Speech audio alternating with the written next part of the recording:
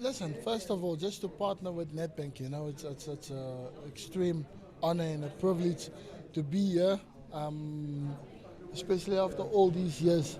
What Nedbank has done for me, um, in terms of financing, the right banking, because as a 17-year-old kid going to Ajax, when my life changed, the goals that I've set for myself, that by the time I turned 21, this was what I wanted to have, and this is where I saw myself.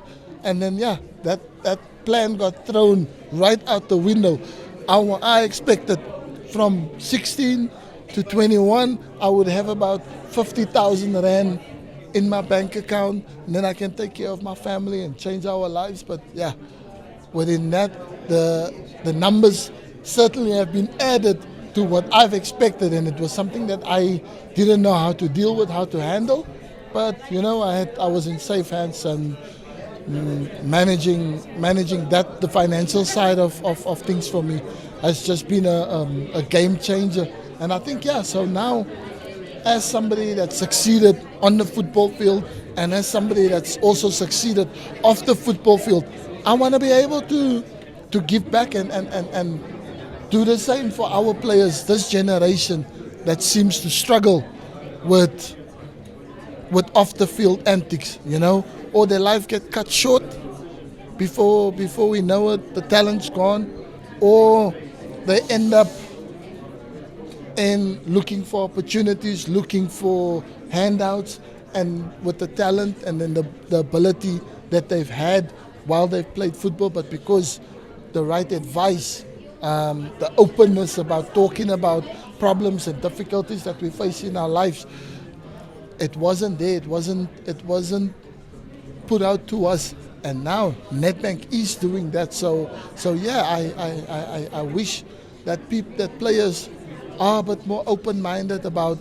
listening to when your elders or when people that's been in that situation tell you something, because you never know enough to say that you don't need this kind of advice or this kind of help. So yeah, so it is here to promote our football, but it's also to guide our young future footballers and current football players in managing their life and just securing a better life for themselves right now than the state that, the problems that we're constantly facing daily. No, most definitely. I think it is enticed, and it's a big world, and we only small fishes in the ocean, not even close to the sharks and the killer whales and that. We small fishes in the ocean. So you had to be smart about it. And I think, like I said, I set goals for myself from an early age, because Hanover Park wasn't going to define who Benni McCarthy is. Yeah, I come from the hardship. I come from tough upbringings. Gangsterism wasn't going to make Benni McCarthy whatever success that you have, and people will always associate with where you come from. I wanted to be better than that. I wanted to show that doesn't matter, the circumstances is not what defined it, as what's in here and what's in the head, how much you want it, how much you want to change things, how much you want to change people's view about you, people's perspective about you. And I think by that it's gaining people's respect. So how do you earn respect? As when you're given the opportunity and you take it with both hands, and you have a longevity. I think that's when people respect you, because it was not just today and a tomorrow thing. It's the few hours thinking ahead. So my goals has always been to have a sustainability, so that I can look for my parents' future, for my future. And one day I wanted to have kids. I wanted my kids to grow up not the same life I grew up with. I wanted to be able to send them to a school where they can learn better things than what I've learned when I was younger. So those were my goals. Those were my goals. The money goals was always that One day when I'm gone, my kids don't need to depend on another person to change their lives, to better their lives. That's why their father worked to get there. And how do you know that? Speaking to people at the banks, like, I want to open an account, I want to open a savings account, I want to open a pension fund. That one day, that if I put so much money in, what interest will it give me 20 years from now? Because in 20 years time, if I'm still alive by then, I would have kids.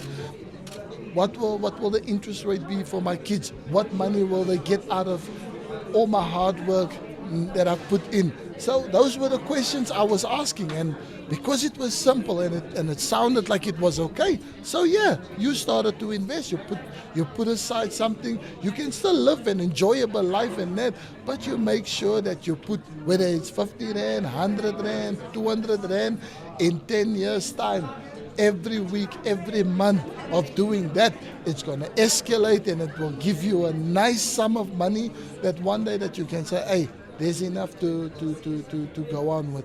And I think that's what Nedbank is providing, information that I didn't know all that well even. And now I'm getting it, and this is when I wanted to start. This is when I want to start. So I'm not old. I'm not too old to start on this journey. So yeah, so it's a match made in heaven. So far, I've just gone back to being a family man, father, enjoying my life, enjoying the stress-free, stroke-free,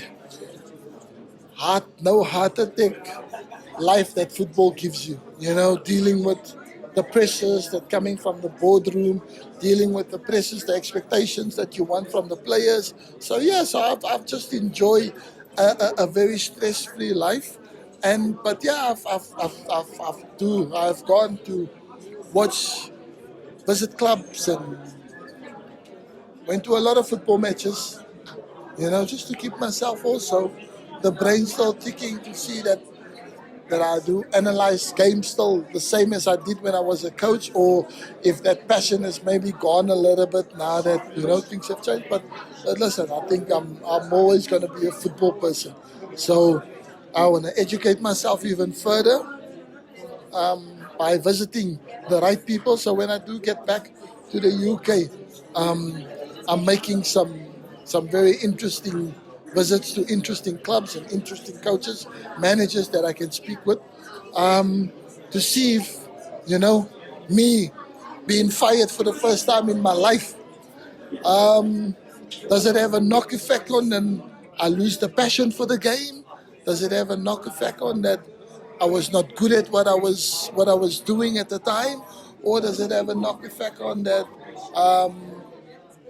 inexperience? So these are all questions that I've got written down that I want to ask the right managers, the right people that's probably been through that 20 years prior to me, and now they are from the best managers in the world, the most successful managers, and managing for the biggest clubs in the world. So these are questions that I have that I need answered, and on my own, I don't think I'm gonna come up with those kind of answers.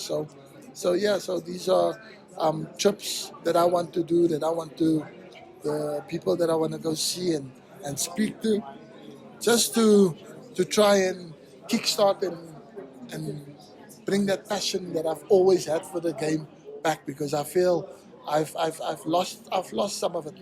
Why did you think it was not the right time to take over your former team, Ajax?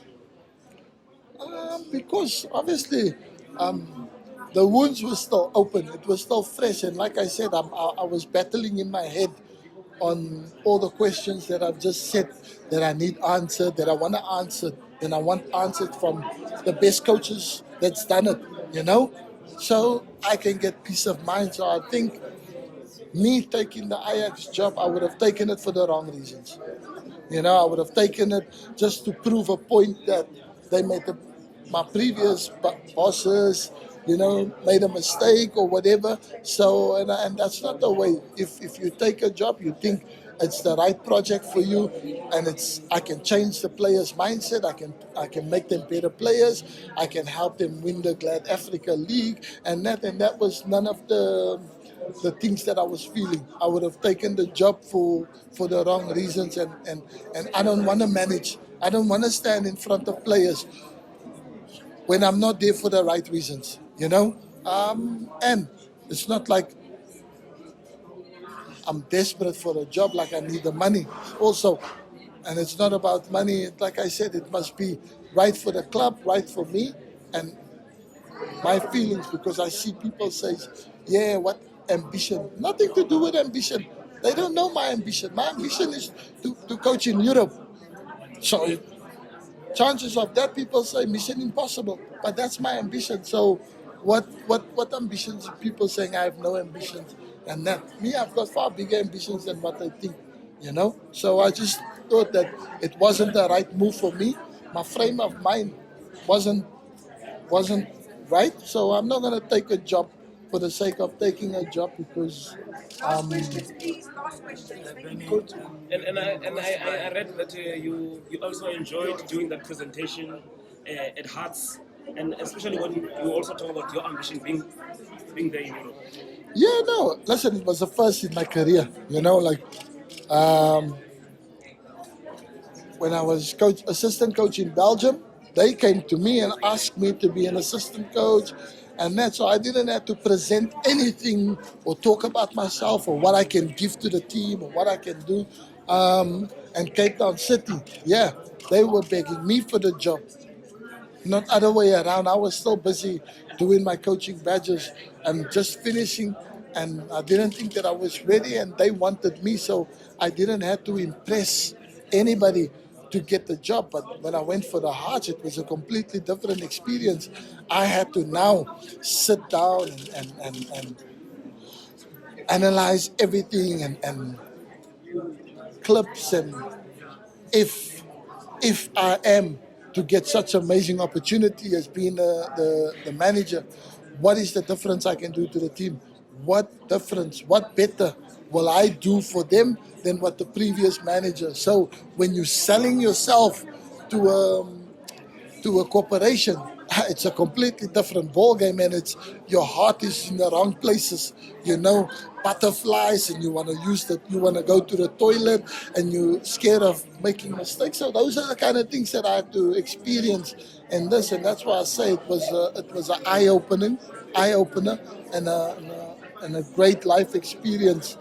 So now, yeah, and that was part of some of my questions were answered, because during that presentation, the love and the passion that I've shown throughout my career, everything was still there, you know. So, so yeah, I'll be back in football. I'll be back in football. That's for sure, because that's who I am, and that's what I'm about, and that's what I'm going to do. When? That's a question for another day.